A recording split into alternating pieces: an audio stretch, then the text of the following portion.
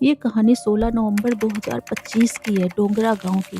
और वहाँ एक छोटी-सी 3 साल की क्यूट सी बच्ची हाथ में चॉकलेट लिए अपने आँगन में खेल रही होती है। वो चॉकलेट जो हाथ में लिए थी, वही उसकी मौत का कारण बनती है। और हैरत करने वाली बात तो ये है, जो चॉकलेट उसको देता है जो इंसान, वही 2 घंटे बाद उस लड़की की जान भी ले लेता है। किसी को नहीं पता था कि ये प्यारी-सी फूल-सी बच्ची अपने आँखों में कितने से सपने लिए और खेल रही थी।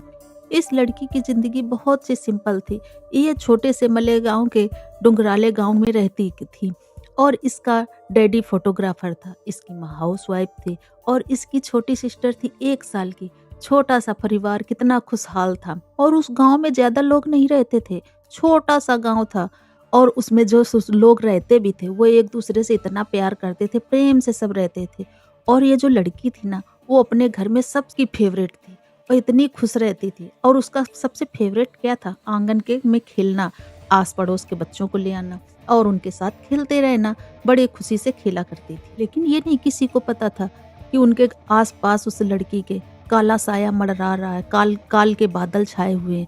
किसी को नहीं पता था कि अभी क्या होने वाला है और वो सब लोगों के साथ खेल रही थी बड़ी खुशी से। तभी 16 नवंबर 2025 को लगभग 3-4 बजे होंगे कि वो अपने आंगन में खेल रही थी। खेलते-खेलते उसकी आवाज़ नहीं सुनाई देने लगी। तो वो लोग सोचे कि आंगन से निकल कर के बाहर कहीं खेलने लगी होगी, चली गई होगी। थोड़ी देर हो गई, जब वो आई नहीं, तो उसके माँ ने और घर परिवार ने सब लोगों ने देखा कि वो कहाँ गई ये अदन्या? वो उसको बाहर ढूँढने लगे, आस-पड़ोस में पूछा कि इधर देखा है कहीं? बच्चों से पूछा, नहीं, नहीं वो तो यहाँ नहीं है।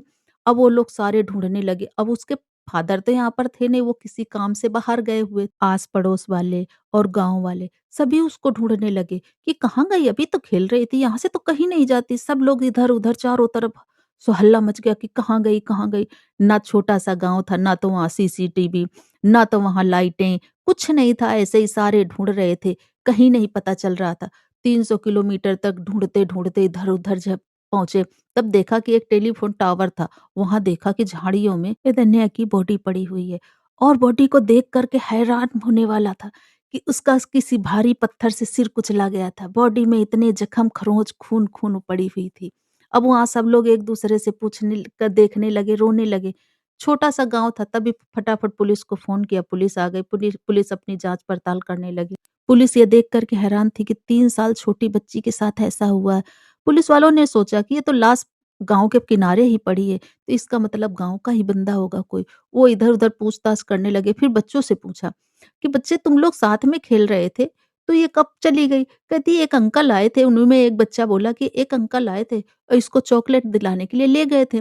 फिर हम लोग अपना खेलते रहे और घर चले आए। वो कहते अच्छा। फिर उन्होंने पुलिस वालों ने इधर-उधर पूछताछ की और पता लगाया, उन्हीं के आस-पड़ोस में रहने वाला लड़का जिसका नाम विजय खैरनार था और 24 साल का था। हैरान कर देने वाली बात तो ये है कि जब गाँव वाले सब ढूँढ रहे थे, तो उसके साथ में विजय भी ढूँढ रहा था। चारों तरफ वो भी ढूँढता घूम रहा था कि किसी को शक ना हो उस पर। लेकिन वो बार-बार वही टेलीफ़ोन टावर की तरफ को जाने को कर रहा था, लेकिन वहाँ गया नहीं। फिर इसको 8:30 बजे पुलिस वाले उसको गिरफ्तार कर लेते हैं। गिरफ्तार करके उसको थाने ले जा और जब पुलिस वाले उसको मारते-पीटते हैं, उससे पूछते हैं, तो अपना जुर्म आसानी से कबूल कर लेता है। कहता हाँ, मैंने मारा है। तब पुलिस वाले कहते हैं, क्यों तुमने मारा?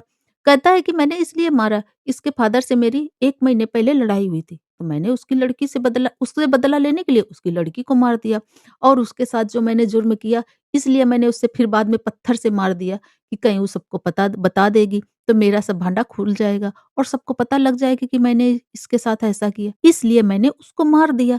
सब लोग सुन कर के हैरान रह जाते हैं कि देखो कितना इंसान ऐसा हो सकता है कोई इतना क्रूर कि एक छोटी-सी प्यारी-सी बच्ची के साथ ऐसा कांड कर सके। रोंगटे खड़े हो जाते हैं ऐसी कहानी सुन कर के। छोटे-छोटे बच्चों के साथ आजकल क्या हो रहा है? फिर उसकी जाँच में उसका डीएनए भी मैच कर जाता है। तभी उस माले गाँव के बच्चे, बूढ़े, किन्नर, लड़कियाँ, कॉलेज के बच्चे सारे सब सड़क पर उतर आते हैं और वहाँ पर आकर के धरना देते हैं, शोर मचाते हैं, कहते हैं इसको विजय को फांसी दो और हमको इंसाफ दो। हमारी लड़की के साथ ऐसा हुआ और ऐसा नहीं करोगे तो हम भी अपनी यहीं जान खड़े-खड़े दे देंगे। वो लोग सोचते हैं कि इसको जल्दी से जल्दी इसको सज़ा दो। वो लोग सोचते हैं कहीं ऐसा हुआ कि जो केस पेंडिंग कर दिया, तो ये बीच में छूट जाएगा, इसको कुछ नहीं होगा और ना इसको सज़ा मिलेगी, ना उस लड़की को इंसाफ मिलेगा। इसलिए वहाँ के आस-पास के भी लोग पूरे सब वहाँ पर खड़े हो जाते हैं, कहते हैं हम लोग नहीं जाएँगे जब तक इसको फांसी नहीं दोगे। और उसके घर परिवार वालों का, उसकी माँ का तो रो-रो के बुरा हाल है, आपने देखा ही होगा। इस करके ना समाज में इंसानों को जागरूक होना चाहिए कि हमारी छोटी-छोटी बच्चियों के साथ ऐसा क्यों हो रहा है? इसके खिलाफ आवाज़ उठानी चाहिए। ऐसी कितनी बच्चियाँ हैं कि देखो छोटी-छोटी होती हैं, उनके साथ ऐसे कांड हो जाते हैं। ऐसे में उनको सज़ा दिलाना बहुत ज़रूरी है, ताकि आगे ऐसा कोई कार्य करने के पहले 100 बार सोचें। इसलिए अभी तक इस केस का कोई फैसला नहीं हुआ, पेंडिंग पड़ा हुआ है। मैं भी यही प्रार्थना करती हूँ कि जल्दी से जल्दी उस लड़की को इंसाफ मिले और ये केस जल्दी से जल्दी क्लियर हो।